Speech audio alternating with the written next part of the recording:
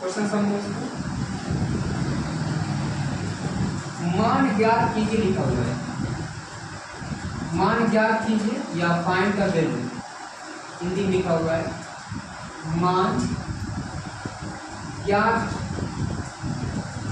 मान ज्ञात करें। क्वेश्चन से लिखा है 8/343 रूट के अंदर यहाँ पे 3 डिवाइडेड बाय 100 अपॉन में 49 इंटू 125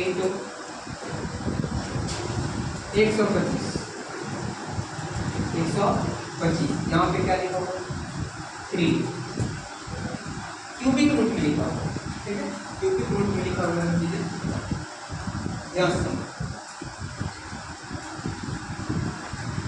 क्वेश्चन सॉल्यूशंस बनाए क्वेश्चन है, क्वेश्चन नंबर कौन सा था, क्वेश्चन नंबर 29 है, मेंटल मैथ का क्वेश्चन है, मेंटल मैथ का क्वेश्चन है ये, क्लास 8 का। सॉल्यूशंस फाइंड करेंगे, सॉल्यूशंस एज इट इज जो क्वेश्चन से लिखा है, क्वेश्चन से लिखना है 8/343 डिवाइड बाय 100/49 इंटू 3 हमारे 125 ऐसा लिखा है 125 125। इसको सॉल्व करिए, यहाँ पे क्यूबिक रूट लिखा हुआ है, ध्यान से देखो इसको सॉल्व कैसे करेंगे, बराबर का साइन क्यूबिक रूट लिखा, कुछ बेसिक फार्मूला होता है यहाँ पे देखो लिखा हुआ है,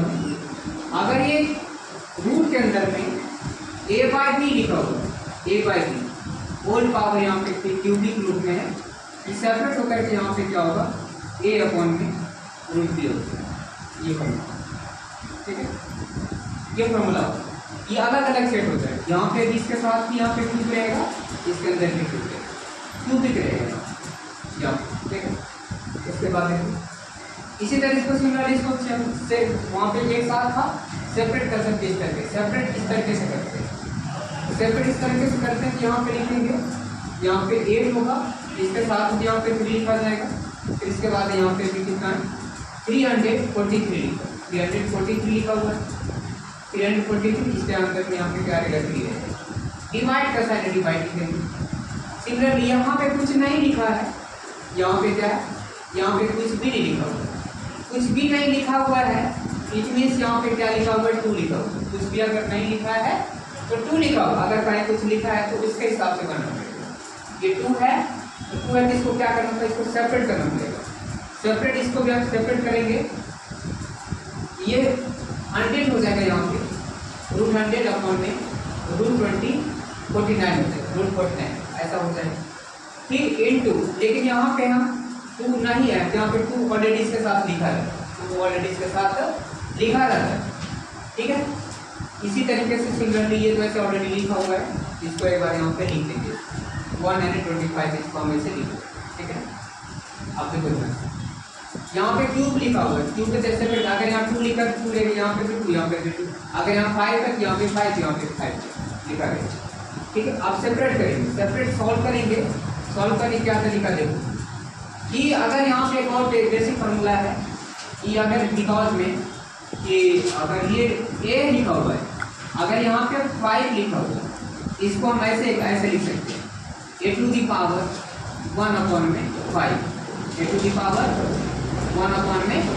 a⁻1/5, इसको ऐसे लिख सकते हैं, ठीक है,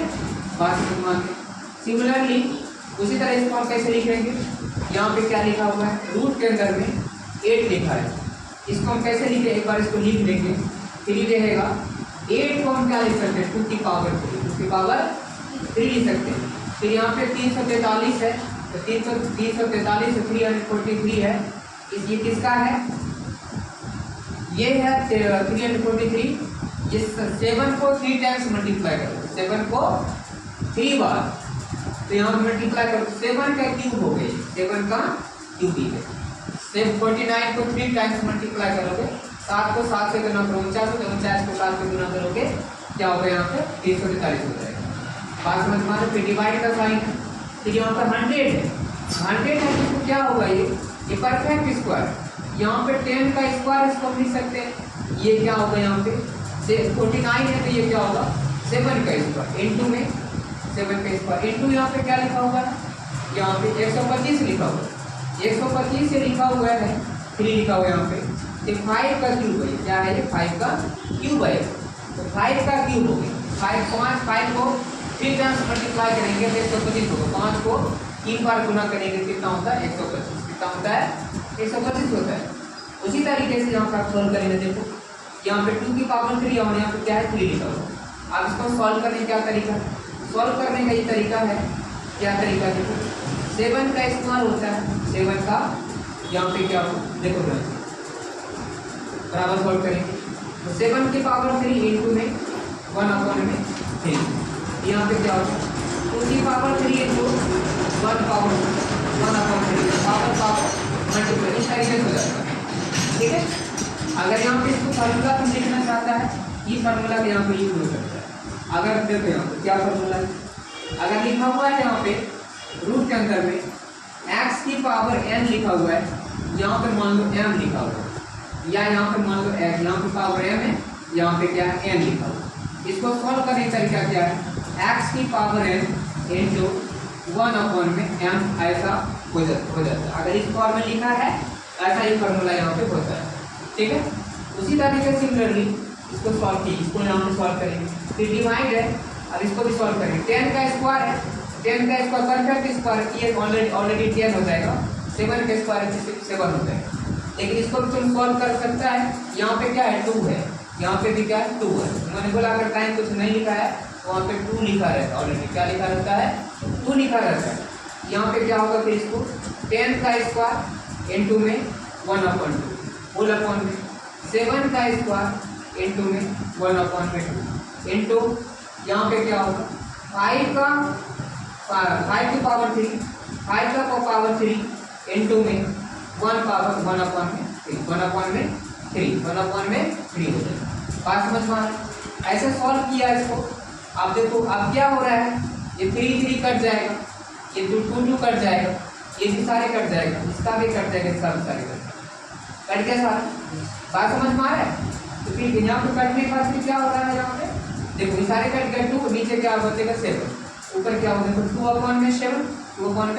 2/7 डिवाइड बाय ये कितना बचेगा यहाँ पे 10/7 इंटू क्या होगा, ये होगा 5, तो इधर ऑलरेडी 5 बचा हुआ। फिर इसको अब इसको सॉल्व करना, ये डिवाइड है मल्टीप्लाई के फॉर्म आएगा, इस बीच को इधर बना देता हूँ, यहाँ पे 2/7 है, तो 2/7, ठीक है 2/7 डिवाइड मल्टीप्लाई करेंगे, यहाँ पे क्या होगा 7/10 इंटू यहाँ पे क्या होगा 5। कोई चीज डिवाइड के फॉर्म होता है वो जो चेंज हो जाता है उसका आंसर और बदल जाता है, ये आगे बढ़ा है पीछे वाला नहीं, आगे बढ़ 10/7 डिवाइड है 10/7 से 7/10 हो जाता है। बात समझ में आ रही है, ठीक है। तो चेंज हो गया फिर ये फॉर्म आएगा इंटू 5, तो यहाँ पे सॉल्व कर देखो 7 कट जाएगा, यहाँ पे क्या होगा 5 2 1 जा 2 5 जा 10, फिर ये 5 5 5 5